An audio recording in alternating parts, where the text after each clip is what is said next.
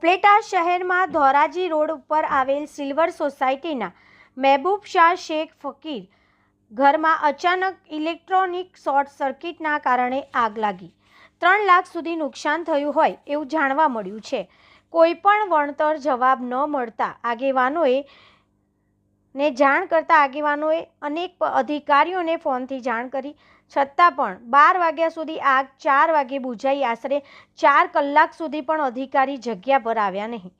112ને જાણ કરતા તાત્કાલિક ધોરણે આવી અસફળ ઉપલેટા નગરપાલિકાના વિવાદોમાં ઘેરાયેલી હોય છે અને જેનો આજે તાજો દાખલો જોયો।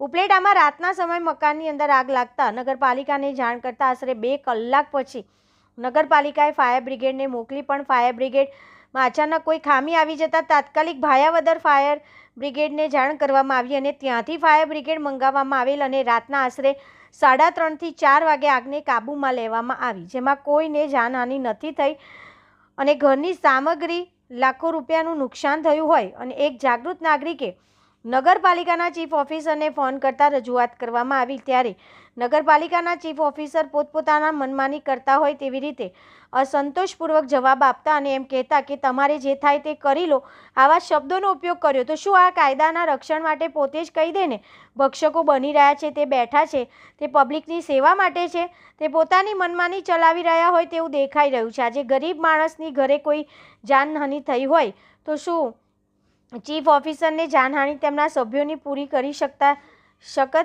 તેવા સવાલો આમ જનતા કરી રહી છે। આવા ઈગો ધરાવતા અધિકારીઓને ખરેખર કાયદાકીય ભાન થાય અને ઉચ્ચ કક્ષાએ તપાસ કરવામાં આવે તેવી માંગ પ્રજાની છે। રિપોર્ટર આસિફ ખોખર। ફોન કરતા તો આવ્યો નહીં ને ફૂલ આગ લાગી હતી કોઈ ટાંકો વયો ગયો ટાંકામાં 150 લીટર પાણી બી નહોતું। અત્યારે આગ ચાલુ જ છે ને વાયવાળાની તકલીફ બહુ પડી છે, ટ્રાય કરી નથી નગરપાલિકા વાળાએ 1.5 કલાકથી હું ફોન કરતો ને કોઈ આવ્યો નહીં। 1.5 કલાકથી ધોરાજીથી પોલીસ આવી જાય પણ અહીંયાથી કોઈ આવ્યો નથી। મારું નામ આસિફ શાહ શેખ છે અને આપણે અહીંયા ઉપલેટા સિલ્વર સોસાયટીમાં રહું છું। 11:15 વાગે આગ લાગી હતી અને 12 વાગે આપણે ફાયરને જાણ કરી હતી। એ ફાયર 1 વાગે આવ્યું અને તમે પાછળ જોઈ શકો છો આ બંબો આવ્યો હતો અને આ બંબોએ પાછો થોડુંક એવું પાણી કાઢ્યું ને હવે પ્રેશર નથી આવતું। આમાં કોકના ઘરમાં વધારે આગ લાગે તો આ લોકોને કરવાનું શું?